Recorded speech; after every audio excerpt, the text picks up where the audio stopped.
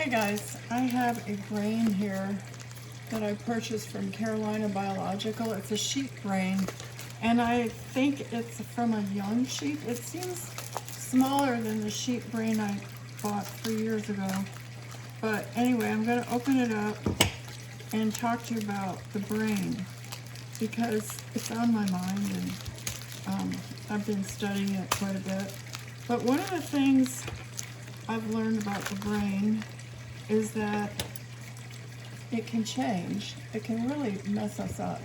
And if our brain, this is the underside of the brain, this right here is the brain stem, and this is part of the spinal cord, and this right here is called the pons, and it's connected to the front and midbrain, and this is the important stuff. This is the midbrain, and this is what some people call the reptilian brain, but actually this lower brain is the reptilian brain, and it just provides functions like breathing, sleeping, heartbeat, all that kind of stuff that we have really not a lot of control over. And this is the part that gets us in trouble. This is the midbrain, and this is what some scientists call the subconscious, which is so hard to reprogram, because if we get screwed up when we're 7 and below, then we've got all these programs in here, and anything can activate it. Smell, because our olfactory bulbs are down in here, and they're directly connected to the midbrain. And that's why you can smell something and it'll right away bring you back to your childhood. So anyway, this has to do with thoughts, feelings, emotions, well, not thoughts, but feelings and emotions and all memories, that kind of stuff. And so reprogramming our brain takes time. And I've been trying to do it here with our group, and one of the methods that I use is called savers, and that is in the morning I try to have some times of silence. This morning I was given the word compassion.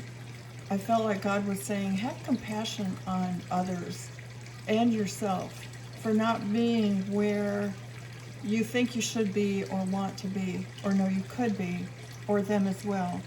And just have compassion, because we do have a body. We can't disassociate ourselves from the body. And our bodies are kind of screwed up. At least mine is. Maybe you guys are better than me. But it's hard to change. I've got all kinds of bad habits I'm trying to get out of my life. And it doesn't come with just a decision. That's where I think the church got it wrong in the past 20 years or so.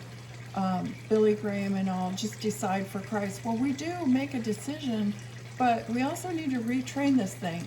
And this is a very complex piece of machinery.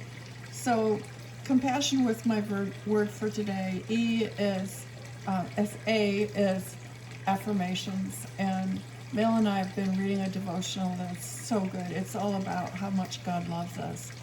And it's just Him speaking to our spirit. And then V is visualization. I go make my to-do list and I visualize every single stinking thing I got to do today. And then S-A-V. E is exercise. I did not exercise yesterday. E-R is read, and I do that with Audible books. R and S-A-V-E-R. S is scribe. Scribing is writing stuff down. Whatever you're learning, write it down. So those are really practical ways we can reprogram this thing that we all have. And it takes time. The other thing I wanted to say is our brains are plastic. They're hard plastic, but they can be retrained. But it takes a lot of effort. You can't just do it in one day. And it has to be repetition, repetition, repetition.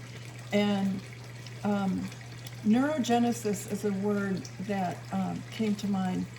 Neurons is what is in our brain and goes down to our tippy toes, but there's the central and the peripheral nervous system. And these nerves grow very slowly. So I think it's 1 millimeter per month, because our son Nathan had his 12th and 7th cranial nerve severed when he had an operation when he was in 3rd grade. And we didn't know, they hooked up his glossal, his tongue nerve with his facial nerve, 712. And it took about a year before those nerves regrew. And when they did regrow, he would wiggle his tongue and his eyebrow would go up and down. So, but now he's an adult and he can wiggle his tongue and his brain has reorganized itself to not have his eyebrow go up and down when he wiggles his tongue. So the brain can change and it can adapt and it can get better. But just a word of encouragement for all of you guys, don't give up. Don't give up. Just keep whacking away, and little by little, this thing in your noggin will look totally different. So anyway, that's my encouragement for you today. Bye.